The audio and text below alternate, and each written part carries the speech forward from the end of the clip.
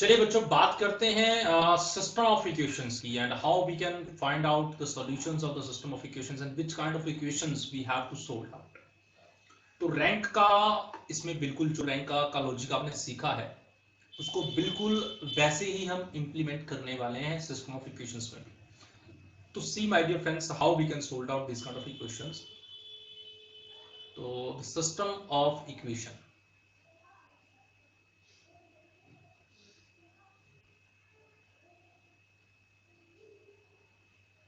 तो system of equations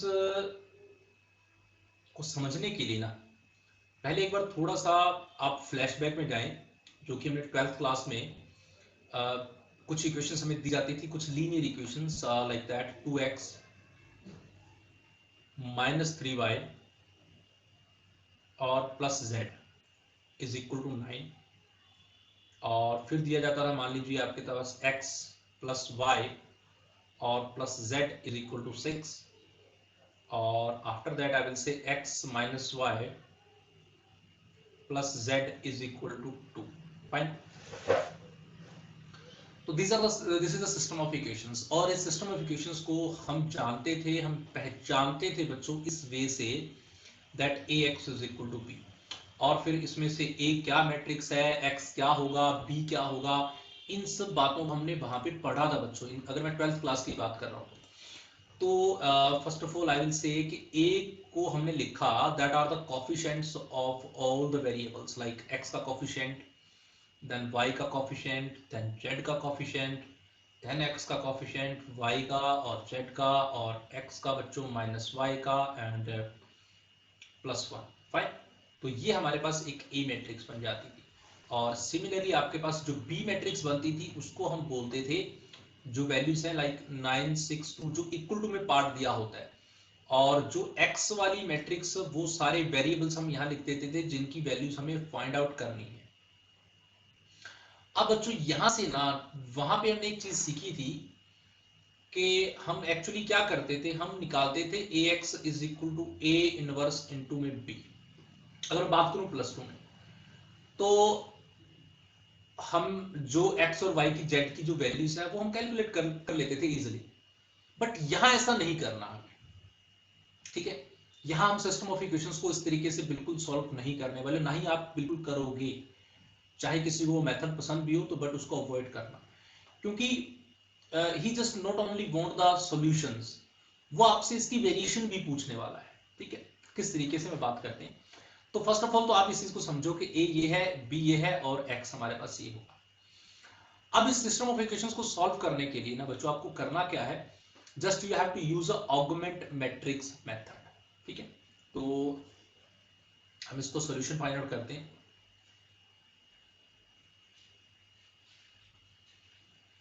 इसको बोलते हैं solutions of system of equations. और वो बच्चों निकालने के लिए हम क्या करते हैं, हम यूज करते हैं ऑगमेंट मैट्रिक्स मेथड का,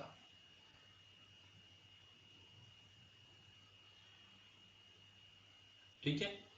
और बच्चों इसको गॉस एलिमिनेशन मेथड भी बोला जाता है।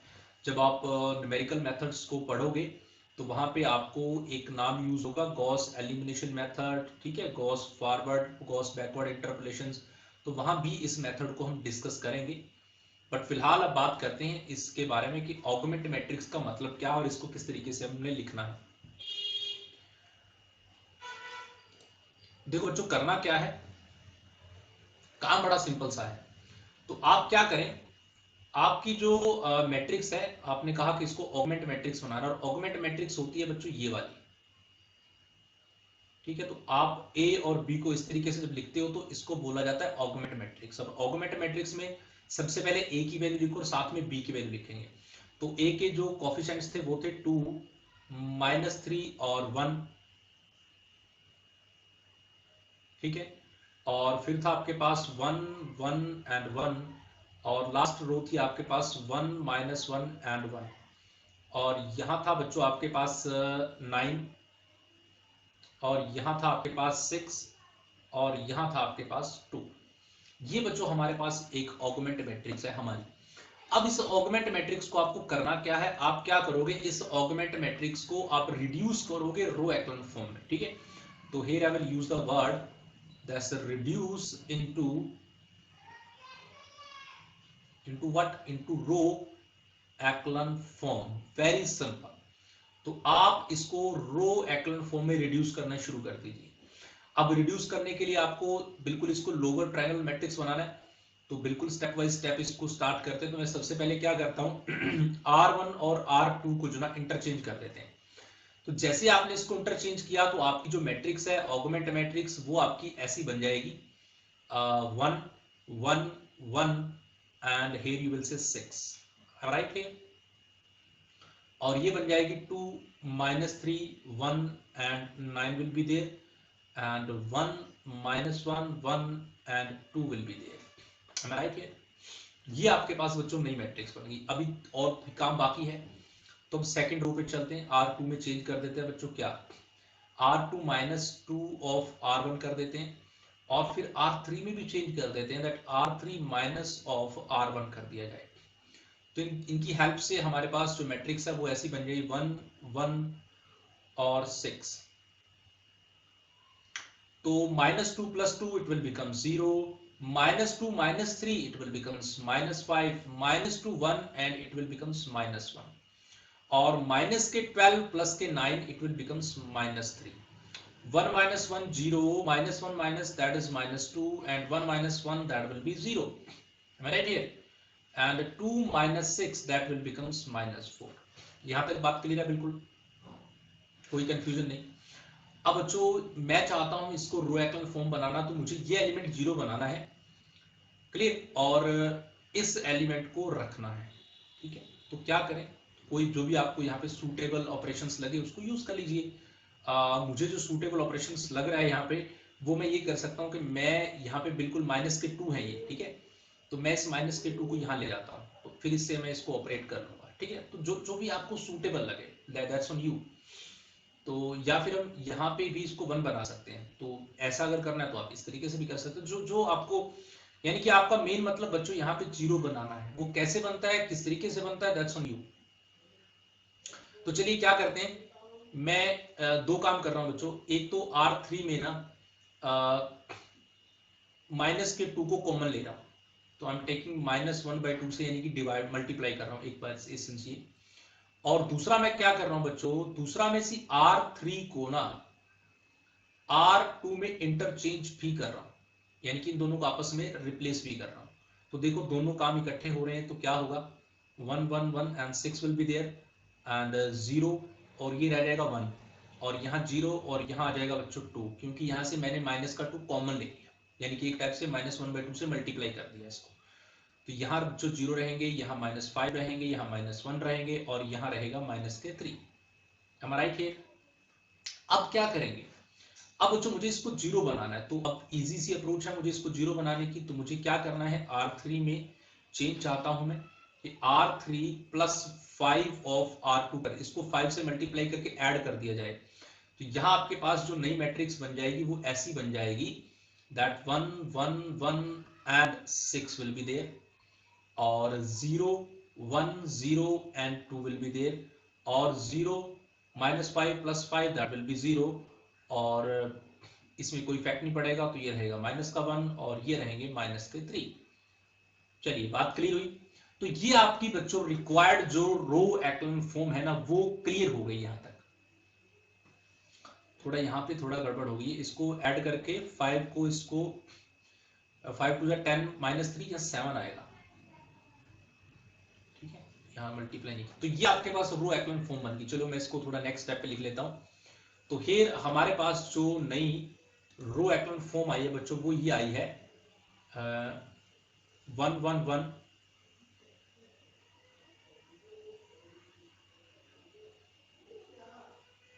that is 1 1 and 1 and 6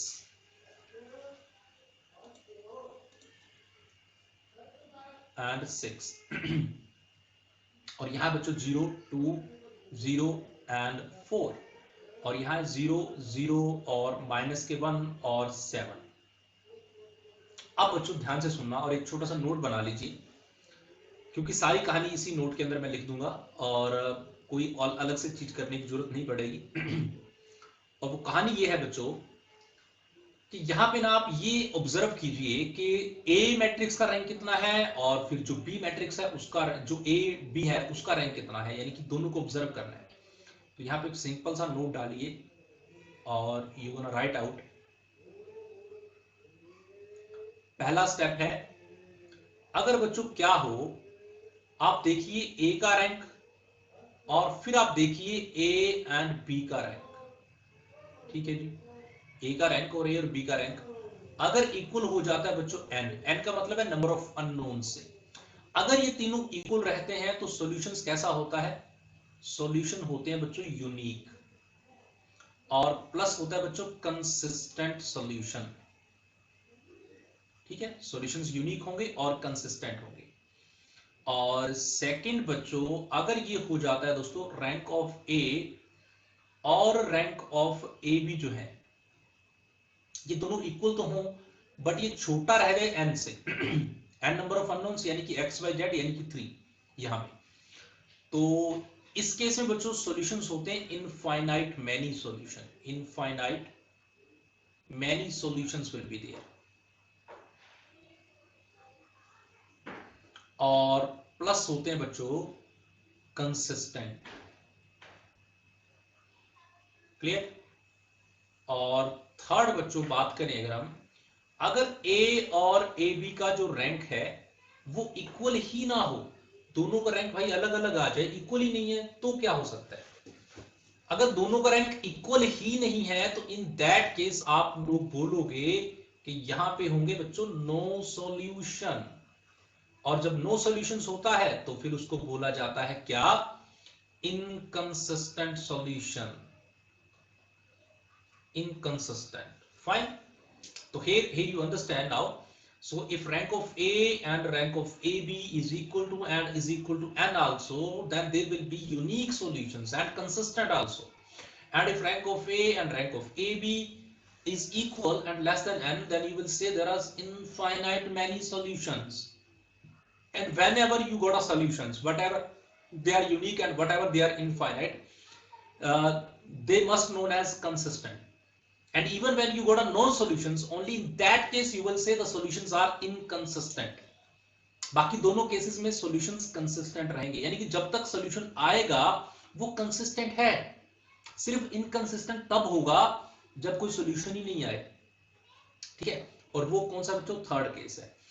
अब ये जो पूरी थ्योरी हमने लिखी, इस थ्योरी से थोड़ा सा बियॉन्ड जाते हैं और अपना जो क्वेश्चन है उसकी बात करते हैं। तो हमारे क्वेश्चंस पे अगर बात करें तो आप ऑब्जर्व करो कि हमारे क्वेश्चंस में जो रैंक है ए का वो कितना है और ए बी का रैंक भी कितना है।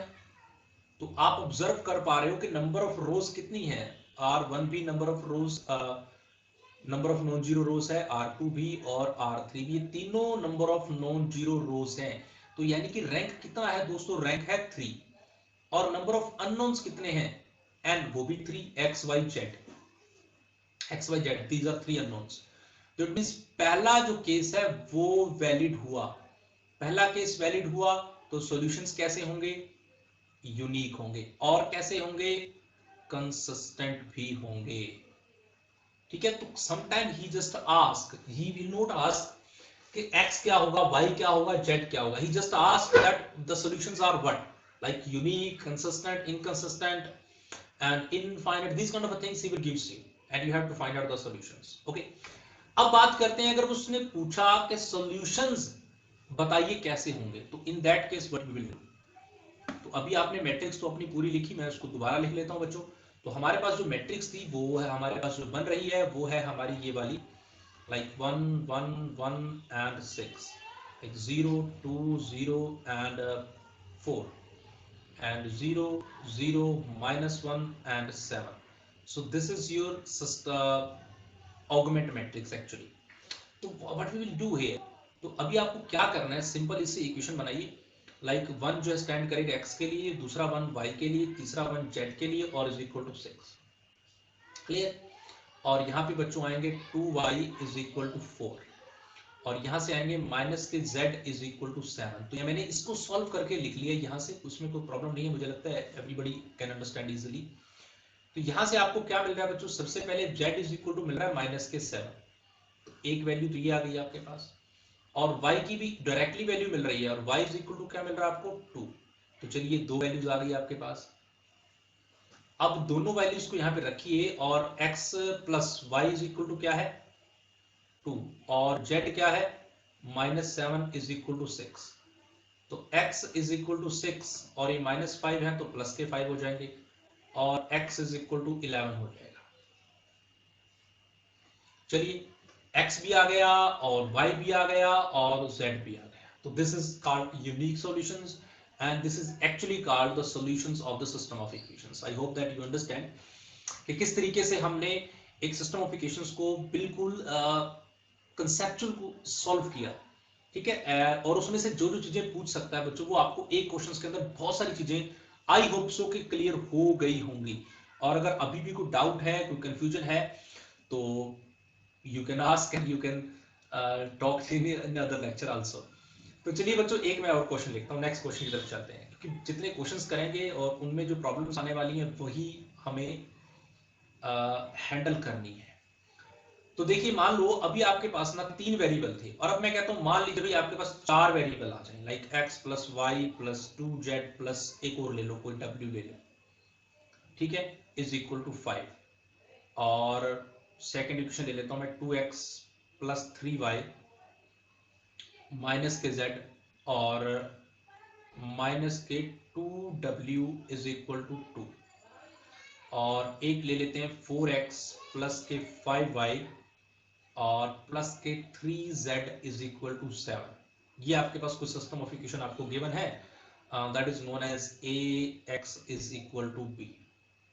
तो इसमें बच्चों आप क्या लिखेंगे, फिर से आपको a लिखना है, x लिखना है, b लिखना है, बिल्कुल। तो a आपका क्या बन रहा है इसमें, देखिए जरा, a बन रहा है 1 1 2 and 1 and 2 3 -1 and -2 and 4 5 and 3 and 0, ये बन रहा है बच्चों आपके पास a। और अब x में थोड़ी सी गड़बड़ आपको लगेगी, क्योंकि x बन रहा है x y z और w को लेके, यानी कि 4 वेरिएबल्स आ गए, और b तो एज यूजुअल वैसा ही है जैसा पहले था, 5 2 और 7। यहां तक क्लियर है बात। तो अब क्वेश्चन ये अराइज होता है कि क्या अब हम इसको सॉल्व कर पाएंगे, क्या हम यहां से सिस्टम ऑफ इक्वेशंस के लिए पर्टिकुलर सॉल्यूशंस दे पाएंगे या नहीं दे पाएंगे। तो देखो बच्चों फिर से बात वही है, ऑगमेंट मैट्रिक्स हमें बनानी पड़ेगी। तो कहानी शुरू करो ऑगमेंट मैट्रिक्स के साथ, और कोई कुछ नहीं करना। तो ऑगमेंट मैट्रिक्स मैंने आपको लास्ट को एग्जांपल में बताया कि आपको इस तरीके से लिखनी होती है। तो मैंने डायरेक्टली ऑगमेंट मैट्रिक्स लिख दी, लाइक 1 1 2 1 और यहाँ लिखेंगे 5 2 3 -1 और -2 और यहाँ लिखेंगे -2 और 4 5 3 और 0 और यहाँ लिखेंगे बच्चों 7। यहाँ तक बात क्लियर है, कोई कंफ्यूजन कोई प्रॉब्लम। अब ना आप इस मैट्रिक्स को देख के, पहली बात तो बहुत से बच्चे सिर्फ इसी मैट्रिक्स को देख के आंसर दे देंगे। ओके, क्या इस सिस्टम के कभी भी यूनिक सॉल्यूशंस हो सकते हैं क्या, एनीबॉडी? देखिए कभी भी इस मैट्रिक्स का रैंक बच्चों कब 4 आएगा, देखो how many variables are 4 variables, getting a point. तो रैंक ऑफ ए और रैंक ऑफ ए बी क्या कभी 4 आएगा, ऐसा कभी पॉसिबल ही नहीं, क्योंकि यहाँ पे 3 तो रोज है, तो रैंक 4 आ ही नहीं सकता। तो अगर रैंक 4 नहीं आ सकता तो यूनिक सॉल्यूशन तो भूल ही जाए हम, यूनिक सॉल्यूशंस कभी होगा नहीं। अब दूसरी बात ये आती है कि क्या इनफाइनाइट मैनी सॉल्यूशंस हो सकते हैं या फिर नो सॉल्यूशंस हो सकते हैं, इन दोनों में से हमें सोचना पड़ेगा। We have two options, infinite many solutions as well as we have a no solutions. तो देखिए क्या करते हैं। तो सबसे पहले आप यहाँ पे ऑपरेशंस यूज कीजिए। तो here I am gonna using the operations, like I am just, मैं चेंज करना चाहता हूँ R2 में, क्या R2 माइनस ऑफ 2 R1 कर दिया जाए, and I also want to change in R3 that R3 minus of 4 of R1 कर दिया जाए। तो यहाँ से आपको जो मैट्रिक्स मिलेगी ना वो ऐसी मिल जाएगी 1 1 2 1 and 5, -2 + 2 0, -2 + 3 that is 1, -2 -4 -1 that is a -5, and -2 that is a -4, and -10 -2 that is a -12.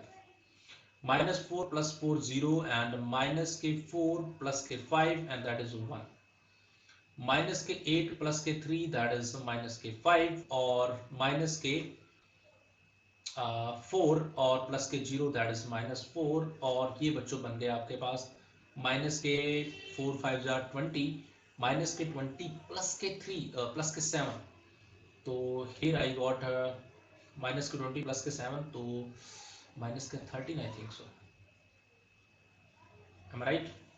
बाकी देख लेना भाई, ठीक है? According to my point of view तो यही आएगा। तो अब बच्चों जो मैट्रिक्स आपकी बन गई, ठीक है, इसको थोड़ा फर्दर और सॉल्व करना है अभी, तो इसको थोड़ा और सॉल्व करते हैं। तो एक बार दोबारा से फिर मैं मैट्रिक्स लिखता हूँ, and here you got a matrix 1 1 and 2 1, और यहां था आपके पास 5, ओके, और यहां बना था बच्चों 12, और यहां बना था 13। थोड़ा सा एक बार और वॉच कर लेते हैं, -12 -13, 1 -5 एंड -4, 1 -5 एंड -4, और यहां बच्चों बन रहा है आपके पास 1 -5 एंड -4, और ये नेगेटिव 1 -5 -4, और ये negative, and this is 0 and this is 0। तो this is your augment matrix is actually. अब मैं चाहता हूं R3 में चेंज करना, और R3 माइनस ऑफ R2 कर दिया जाए, और जैसे ही मैंने इसको किया तो आपको जो नई मैट्रिक्स मिल गई वो ऐसी बन गई 1 1 2 1 and 5, so it will becomes 0 and 1 -5 -4, क्योंकि चेंज मैं सिर्फ और सिर्फ R3 में कर रहा हूं, नथिंग इन R2। तो यहाँ जी 0, ये भी 0, ये भी 0, ये भी 0, और एट द एंड बच्चों ये मिल रहा है मुझे -1। Logic clear? फाइन। तो अब बच्चों आप यहां से ऑब्जर्व कीजिए जरा, आपको बिल्कुल शो हो गया कि रैंक ऑफ ए कितना आ रहा है 2, और as well as you can check rank of A B कितना आ रहा है, that is 3। So both are not equal actually.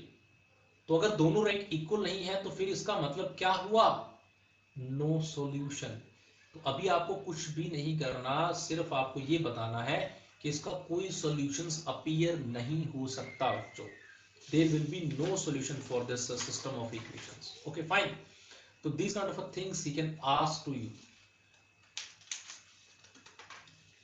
अब आपके पास क्वेश्चन बच्चों अराइज होता है कि ऐसा कब पॉसिबल है कि किसी पर्टिकुलर कोई वैल्यू दे दी जाती है। मान लीजिए एक नेक्स्ट क्वेश्चन में मैं लिखता हूं, sometime he will gives you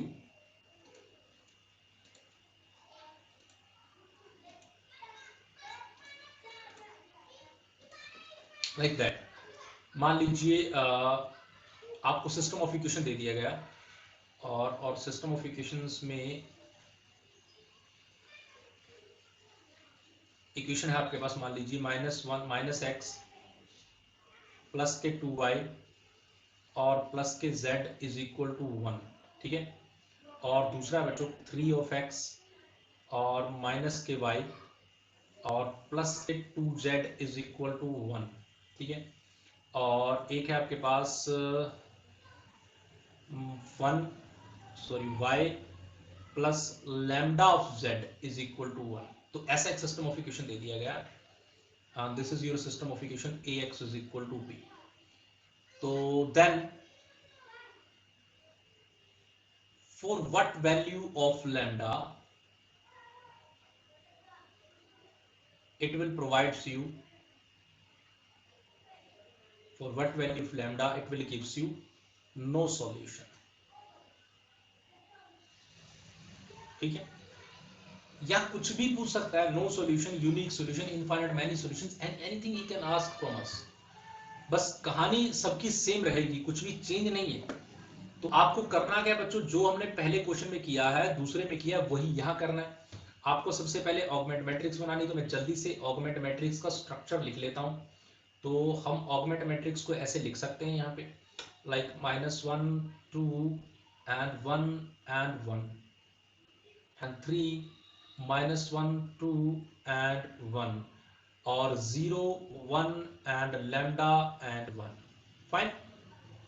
अब बच्चों इसको आप स्टार्ट कीजिए रो एक्लन फॉर्म में रिड्यूस करना। तो सबसे पहले मुझे लगता है कि मुझे इस R2 पे जाना चाहिए, जहां पे मुझे R2 प्लस 3 ऑफ R1 कर सकता हूं, और फिर मुझे जाना चाहिए किस पे, अभी किस पे नहीं जाना चाहिए, फिलहाल इतना काम कर लेते हैं। तो यहाँ पे हम देखते हैं बच्चों -1 2 and 1 will be there and 1 will be there. तो 3 plus 3, that -3 plus 3 will 0. 3 to the 6 minus 1, that is 5, and 3 plus 2, that is again 5, and 3 plus 1, that is 4। और यहाँ 0 है ही, और यहाँ 1 है बच्चों, और यहाँ लैम्डा है, और यहाँ है 1। यहाँ तक क्लियर है बात। अब बच्चों क्या कर सकते हैं, और कोई further experiment we can do with this thing. तो एक तो बच्चों मैं यहाँ से 5 कॉमन ले सकता हूँ, वन थिंग, ताकि यहाँ इसको मैं 0 बना सकूँ। तो यही मुझे सबसे ठीक लग रहा है। तो आप कोई और जो भी आपको, आपकी जो ऑपरेशंस है ना वो वैलिड होनी चाहिए बस। तो जरूरी नहीं है कि जो ऑपरेशंस मैं लगा रहा हूँ आपको वही लगानी है। आप इस नेगेटिव को पहले पॉजिटिव कर सकते हो, आप इसको चेंज कर सकते हो, जो आपको ठीक लगे। बट जो हम बनाना चाहते हैं उसमें कुछ चेंज नहीं होना चाहिए, और जो हम ऑपरेशंस लगा रहे हैं वो बिल्कुल ठीक होनी चाहिए। ओके, दैट इज 4/5 और 0 1 एंड लैम्डा एंड 1। तो ये बच्चों मेरे पास अभी एक मैट्रिक्स बन गई। तो अभी इस 1 को भी मुझे 0 बनाना है, तो मैं अगली मैट्रिक्स एक बार फिर लिखना चाहूंगा -1 2 1 एंड 1, -1 2 1 एंड 1। और यहाँ है मेरे पास 0 1 1 एंड 4/5, और यहाँ है 0 1 और लैम्डा, और यहाँ लास्ट एलिमेंट था मुझे लगता है 1। चलिए ये आपके पास जो मैट्रिक्स बन गई है ऑगमेंट मैट्रिक्स, ये वे वाली बन गई। अब बच्चों इसको 0 करना है, तो हम क्या करें, हम R3 में चेंज कर देते हैं, that R3 minus of R2 कर दें। तो इन दैट केस आपको वैल्यू बन जाएगी -1 2 और 1, और यहाँ 1 0, और ये 1 और ये 1, और यहाँ बच्चों 4/5 है तो पड़ा रहने देंगे। तो 0 1 -1 0, और यहाँ आ जाएगा lambda -1, and here you will say 1 - 4/5, तो ये बन जाएगा 1/5, राइट, आई थिंक सो। तो अब बच्चों आपको ये जो ऑगमेंट मैट्रिक्स बन गई ना, वो चाहता क्या है, वो चाहता है नो सॉल्यूशन। तो डिफरेंट डिफरेंट वैल्यूज के लिए डिफरेंट डिफरेंट सॉल्यूशंस होंगे। अब उसने नो सॉल्यूशंस की बात की, तो पहले नो सॉल्यूशंस की बात करते हैं। तो पहली बात उसने करी है नो सॉल्यूशंस के लिए। तो नो सॉल्यूशंस कब होंगे, नो सॉल्यूशंस होते कब हैं? नो सॉल्यूशंस तब होते हैं बच्चों जब रैंक ऑफ ए और रैंक ऑफ ए बी बराबर नहीं हो। तो अब लैम्डा की किस वैल्यू के लिए इन दोनों का रैंक बराबर नहीं होगा, पहली चीज। तो for what value of lambda you can easily say that the rank of A and rank of B AB will not equal। तो हम कहेंगे कि अगर यहाँ 0 बन जाए, तो यानी कि नो सॉल्यूशन सिर्फ और सिर्फ तब पॉसिबल है अगर हम लैम्डा को क्या रख दें 1। क्योंकि अगर लैम्डा को 1 रख देंगे तो इससे क्या हो जाएगा, इससे रैंक ऑफ ए कितना हो जाएगा, 2 हो जाएगा, क्योंकि ये एलिमेंट पूरा 0 बन जाएगा।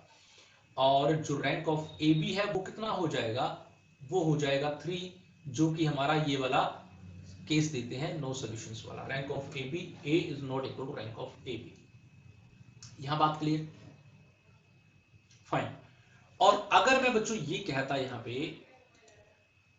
If I will talk about, if I will से one more thing about this thing, कि आपको यहां पे यूनिक सॉल्यूशन चाहिए। तो यूनिक सॉल्यूशन कब होते हैं, जब रैंक ऑफ ए और रैंक ऑफ ए बी और एन इक्वल हो, तो यूनिक सॉल्यूशंस होते हैं। तो easily I can say that कि अगर बच्चों लैम्डा ना 1 नहीं होना चाहिए, बाकी कुछ भी हो, तो इट मींस लैम्डा अगर 1 नहीं होगा तो यहाँ 0 नहीं बनेगा, और यहाँ 0 नहीं बनेगा तो इसका रैंक और इसके बराबर रहेगा हमेशा। तो अगर लैम्डा 1 नहीं होगा तो definitely rank of A B 3 आएगा, और रैंक ऑफ ए बी भी 3 आएगा, और नंबर ऑफ अननोन्स तो 3 है ही। तो in that case it will provide you unique solutions. और एक फर्दर हमारे पास बच गया कौन सा, इनफाइनाइट मैनी सॉल्यूशंस। तो इनफाइनाइट मैनी सॉल्यूशंस यहां से बिल्कुल नहीं बनेंगे, किसी भी केस पे नहीं बनेंगे, लैम्डा की किसी वैल्यू के लिए भी नहीं बनेंगे, ठीक है। तो यहाँ पे दो ही टाइप के सॉल्यूशंस आपको प्रोवाइड हो सकते हैं। तो यानी कि कहने का मतलब ये है कि सिस्टम ऑफ इक्वेशन से बच्चों जो आपको क्वेश्चन मिलते हैं ना, एक तो आपने समझा कि सिंपली वो आपसे एक्स वाई जेड की वैल्यू ही कैलकुलेट करवाता है, दूसरा वो आपसे इस तरीके से लैम्डा वाला क्वेश्चन दे देता है कि लैम्डा की किस वैल्यू के लिए क्या पॉसिबिलिटीज हो सकती है। अब इससे फर्दर चलते हैं थोड़ा सा, और एक और सिस्टम ऑफ इक्वेशंस होते हैं जिनको बोलते हैं होमोजेनियस सिस्टम ऑफ इक्वेशंस।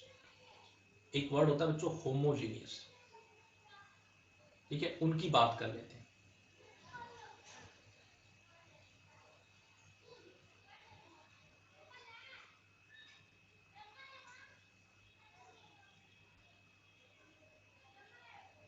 तो होमोजेनियस सिस्टम ऑफ इक्वेशंस क्या होते हैं? जब कभी आपको इक्वेशंस के इक्वल टू वाला पार्ट ना, यानी कि बी वाला जो पार्ट है वो जीरो मिलने लग जाए, तो उसको बोलते हैं होमोजेनियस सिस्टम ऑफ इक्वेशंस। मान लीजिए एक एग्जांपल से काम लेके चलते हैं क्वेश्चन बच्चों। लाइक मैंने लिखा 2x minus y plus z is equal to 0, और फर्दर मैंने लिखी इक्वेशन मान लीजिए 3x प्लस 2y और plus z is equal to 0, ठीक है। और एक इक्वेशन लिखी मैंने मान लीजिए x माइनस के 3y प्लस के 5z इज इक्वल टू 0, ठीक है। अब देखो इसको बोलते हैं सिस्टम ऑफ इक्वेशन होमोजेनियस, क्योंकि ये है ax इज इक्वल टू 0 वाला केस। तो ऐसे केस में ना आपको क्या करना है, आपको फिर से ऑगमेंट मैट्रिक्स पे ही जाना है। यहाँ पे आपको दो चीजें बताऊंगा बच्चों, दो सिंपल लॉजिक्स, एक ट्रिक्स बताऊंगा, पहले हम थ्योरेटिकली पार्ट करते हैं। तो यहाँ पे भी ऑगमेंट मैट्रिक्स तो बनेगी नहीं, तो फिर एक ही बना लेते हैं। तो अब ए मैट्रिक्स को देखो क्या बन रही है, 2 -1 और 1 और 3 2 और 1 और 1 -3 और 5, ये है हमारे पास ए मैट्रिक्स। अब इसको ही रिड्यूस कर लेते हैं रो एक्लन फॉर्म में, ठीक है, रिड्यूस इनटू रो एक्लन फॉर्म। तो हमने इसको रो एक्लन फॉर्म में रिड्यूस करने की ट्राई करते हैं, कैसे करते हैं देखिए। तो सबसे पहले मुझे लगता है कि हम R3 और R1 को इंटरचेंज करें तो बेटर रहेगा। तो हमने इसको चेंज कर लिया 1 -3 और 5, और यहां आ जाएगा बच्चों 2 -1 और 1, and here you will see 3 2 and 1, fine. अब चलिए ऑपरेशन लगाना शुरू करते हैं जल्दी से। तो हम यहाँ पे R2 में चेंज चाहते हैं R2 माइनस ऑफ 3R1, और फिर R3 में चेंज चाहते हैं that R3 minus of 2R1, and by this logic you got a matrix that is 1 -3 and 5। यहाँ से बच्चों -3 + 3 0, और -3 × -3 9, 9 और 2 11, और माइनस के 3 × 5 -15, और +1 तो दैट इज -14। तो -2 + 2 दैट विल बिकम 0, और -6 तो +6 एंड 1 5, और ये हो गए 10 10 और 1 बच्चों, सॉरी -10 और 1 तो -9। यहां तक बात क्लियर है, ठीक है। अब बच्चों मुझे इस एलिमेंट को भी 0 बनाना है, आई जस्ट से, और सिंपल, इसमें कोई दिक्कत वाली बात नहीं है। आप R2 को क्या कर लो बच्चों, 1/11 से डिवाइड कर लो, तो यहाँ पे बच्चों 1 बन जाएगा, ठीक है। उसके बाद आप यहाँ पे, यानी कि ये एलिमेंट भी 0 बन जाएगा, इसमें कोई दिक्कत वाली बात नहीं है। तो जब ये एलिमेंट आपका 0 बन जाएगा, तो मेरा कहने का मतलब जो है ना, उसको समझो आप कि आपके पास ना एक मैट्रिक्स बन जाएगी ऐसे वाली। मान लो पहले एलिमेंट लिखा हुआ है 1 -3 5, और यहाँ लिखा हुआ 0 1, और यहाँ पे कुछ भी आ गया, मान लीजिए 13 आ गया, यहाँ 0 0 यहाँ 3, ठीक है।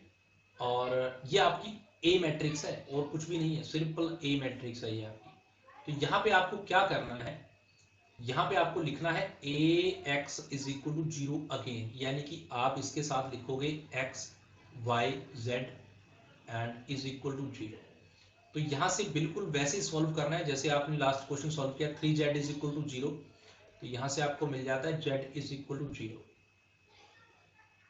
ठीक है, z is equal to what, z is equal to 0। और फिर आपको बच्चों सॉल्व करना है y के लिए। तो आप ऑब्जर्व करो y plus 13z is equal to 0। अब z 0 है तो भैया y भी क्या आएगा, 0 ही तो आएगा इस इक्वेशन से। और सिमिलरली आपका x भी क्या आएगा, वो भी 0 ही आएगा। जब तीनों x is equal to 0, y is equal to 0 और ये सब कुछ आ रहा हो ना, तो इसको बोलते हैं बच्चों ट्राइवल सॉल्यूशन।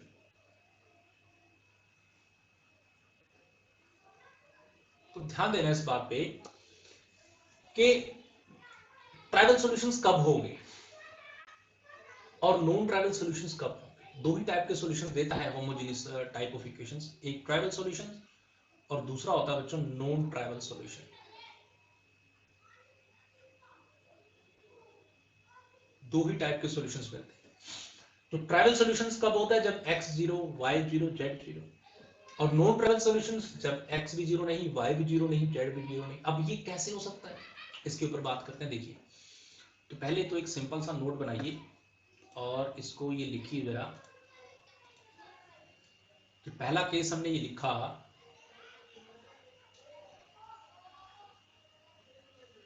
कि अगर बच्चों जो रैंक है a का, ध्यान से सुनना बात, वो n के इक्वल आ जाए। अगर रैंक ऑफ ए n के इक्वल आ जाए तो इसको बोलते हैं ट्राइवल सॉल्यूशन।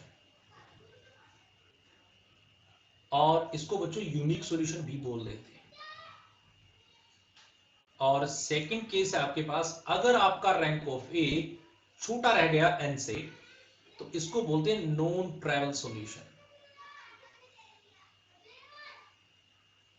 अब मैंने आपको बताया कि ट्राइवल सॉल्यूशन में क्या होता है, और इसको बोलते हैं इनफाइनाइट मैनी सॉल्यूशन भी बोल देते हैं।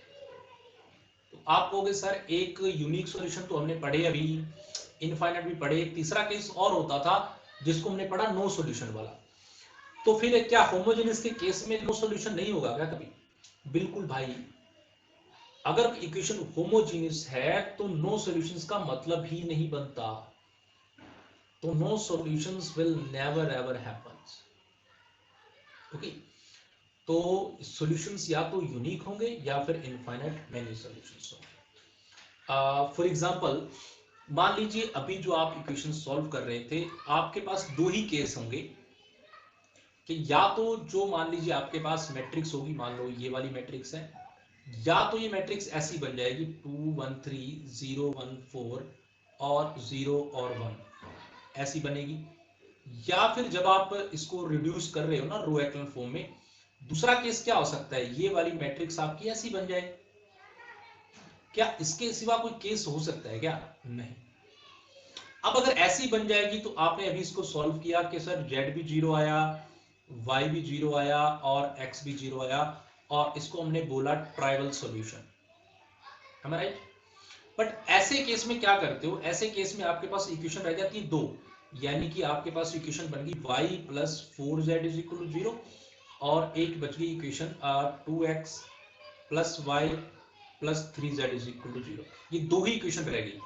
तो अब अगर ये दो इक्वेशंस हैं, वेरिएबल 3 है, तो सॉल्व कैसे करें?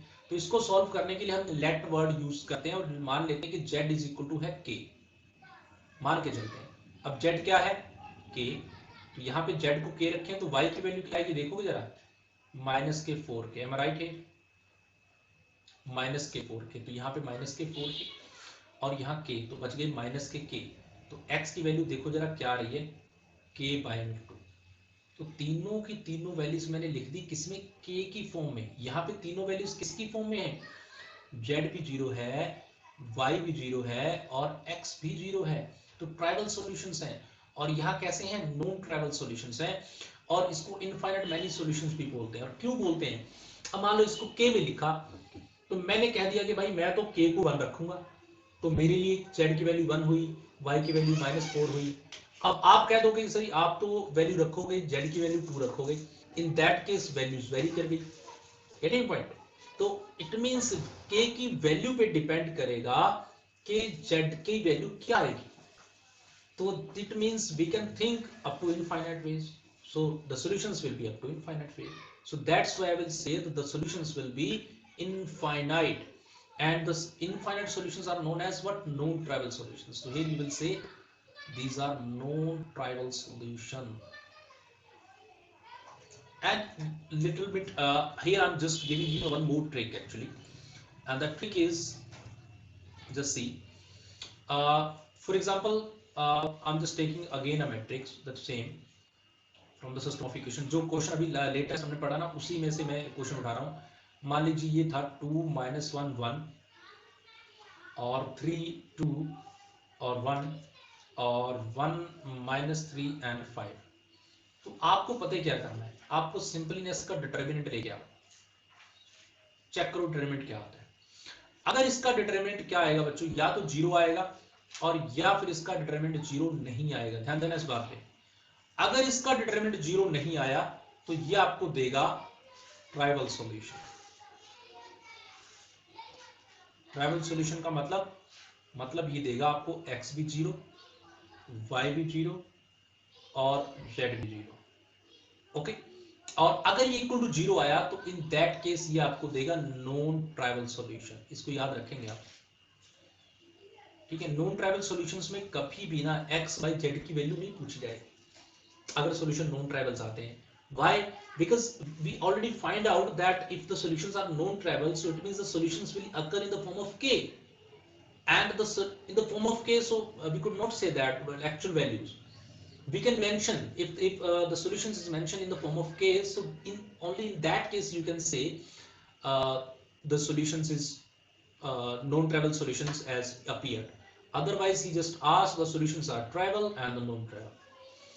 So getting a point, now you can check also this matrix, the determinant. As I gives you the solutions is trivial solutions for this determinant. So you can check it. You can find out the determinant of this matrix, and I just show you 10 plus 3, that is 2 into 13, and plus 1, 15 minus 1, that is 14, and plus 1 into uh, minus 9 minus 2, that is minus 11. So whatever the solution, that must be not equal to 0. So that's why we will go to the trivial solutions, and this system of equations will gives you x is equal to 0, y is equal to 0, and z is equal to 0.